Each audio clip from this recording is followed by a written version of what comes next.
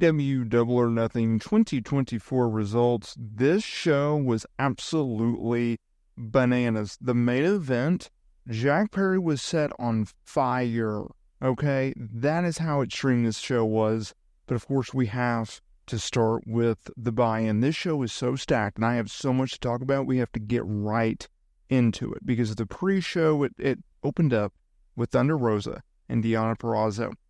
Deonna Purrazzo rolled her up and used the bottom rope for leverage to get to the win, so she walked away with the victory. Up next, it was the Acclaimed and Billy Gunn going up against Brian Cage and the Gates of Agony. This was just another match on the card, no big deal. We saw Billy Gunn go over with his famous finisher after a quick distraction. Things got off in a huge way in the opening match. Roderick Strong put his international championship up for grabs on the line against Will Ospreay.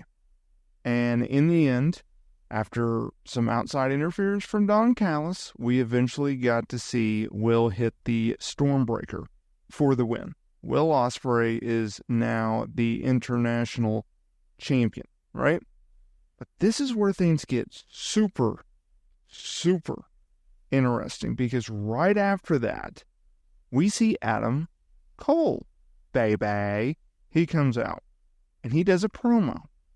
And this is what he had to say. He said the fans suck in Las Vegas, and he shouldn't be here because he should be at home rehabbing his foot.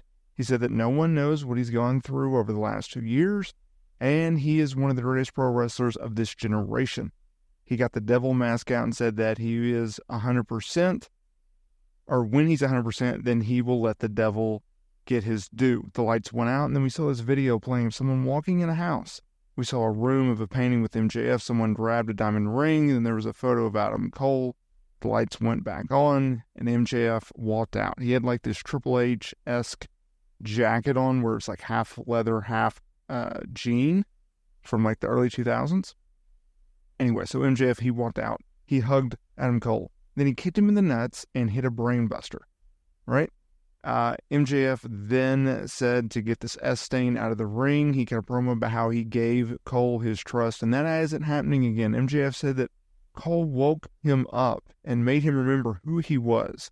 He said his catchphrase, and then he said he doesn't need a New Japan or a Vince McMahon to make MJF who is MJF. He said that there was no more BS. He's back to being driven, to being hated, and no one is safe. He said that he's tired of apologizing for being the best, and everyone's fave can suck a bag of donkey, and you can use your imagination. He said he doesn't need a mask to prove to anyone that no one is on his level. He said the mask can go straight to hell. He dropped an elbow on the mask and pulled his best Ric Flair impersonation. He said in regards to his AEW contract status, he showed a tattoo of Bet on Yourself with an AEW logo with a poker chip on his right half. He said that when it comes to MJF and AEW, you can call him the Wolf of Wrestling because he's not leaving. He had not been seen since World's End in December of 2023 when he dropped the AEW World Heavyweight Championship to Samoa Joe and then was laid out by the Devil, who was revealed to be Adam Cole. Up next was a trios championship match. It was a Bang Bang Gang retaining over the Death Triangle. It was fine. Juice Robinson, who had been out since, I believe, November, he had had back surgery. He returned to shove Pac off the top rope, and then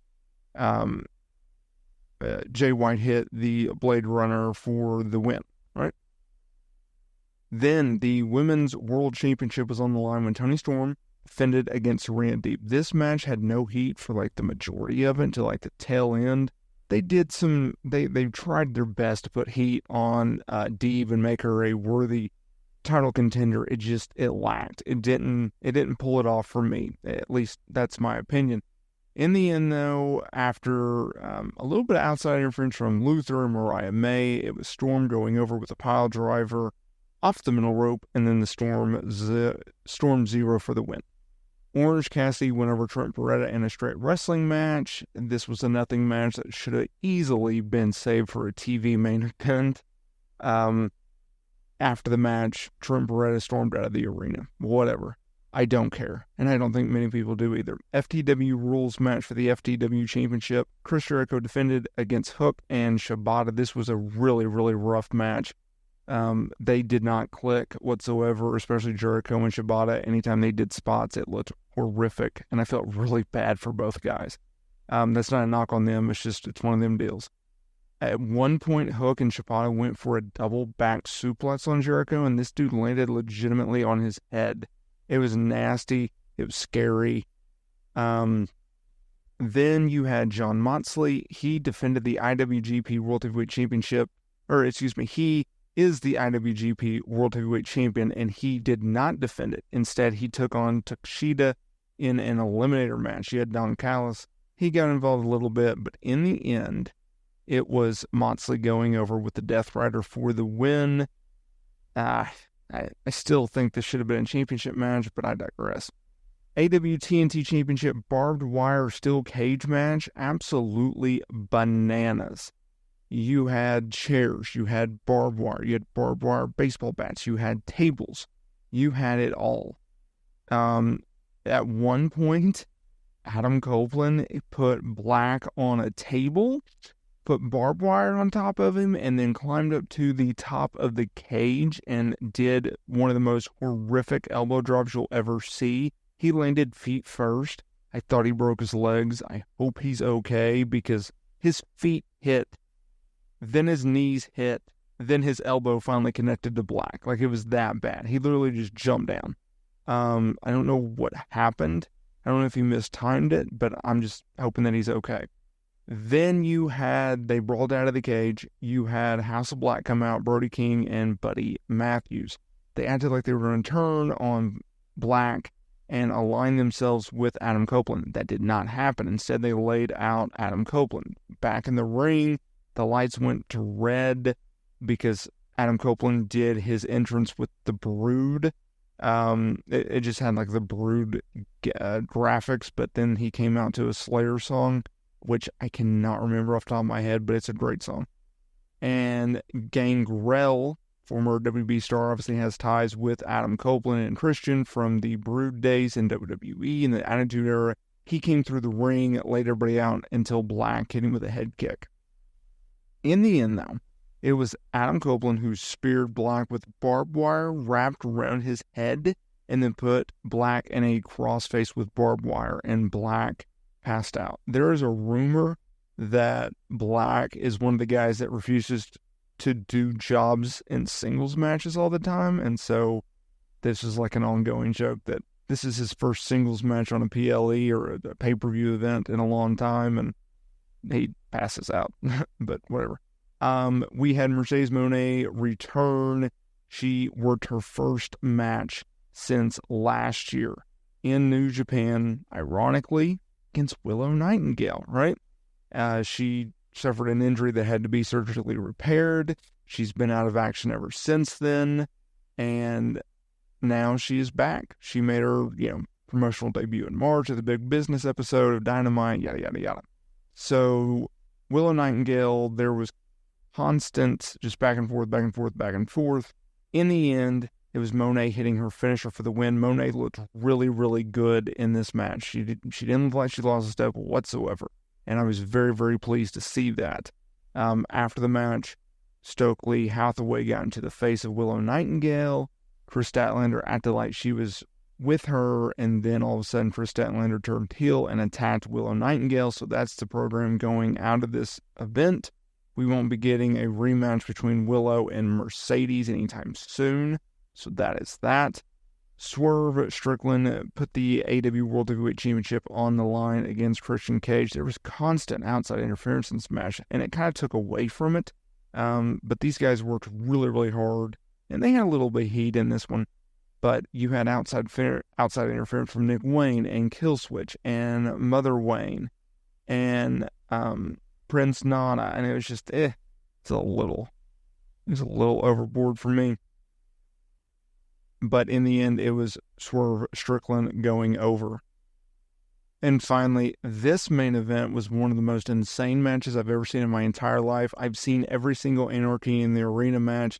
I've seen every Stadium Stampede match that AEW has produced, and this was right up there with, it wasn't the best, it was just the most insane, right? So Darby Allin came out with a mask on his face to protect his face because, he broke his nose when he got hit by a bus or whatever. He had like thumbtacks on it.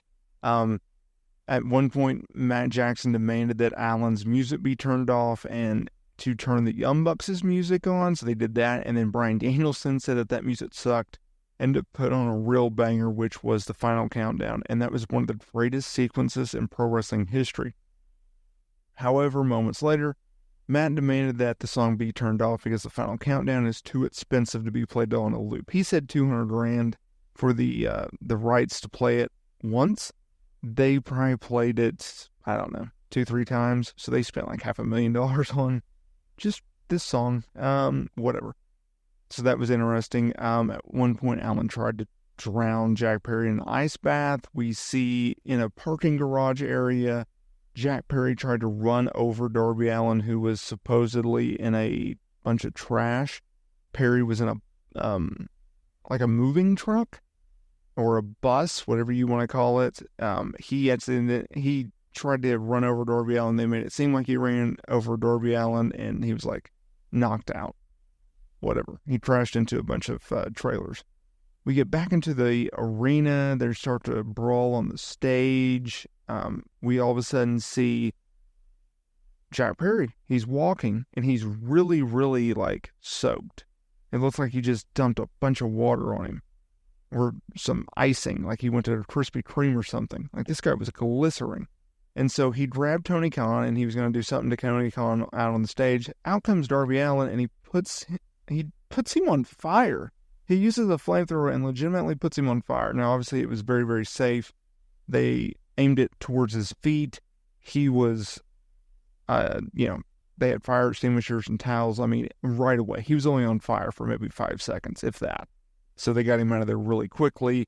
Then they suspended Darby Allin from the ceiling with a rope that was tied on his legs. And he was like upside down. So that was that. And then in the end, it was the Young Bucks laying out Bryan Danielson with the running knee for the win. So that was that. Very, very interesting. What a crazy, crazy show. Let me know down in the commentary below, what do you think about this show? And I will see y'all in this video.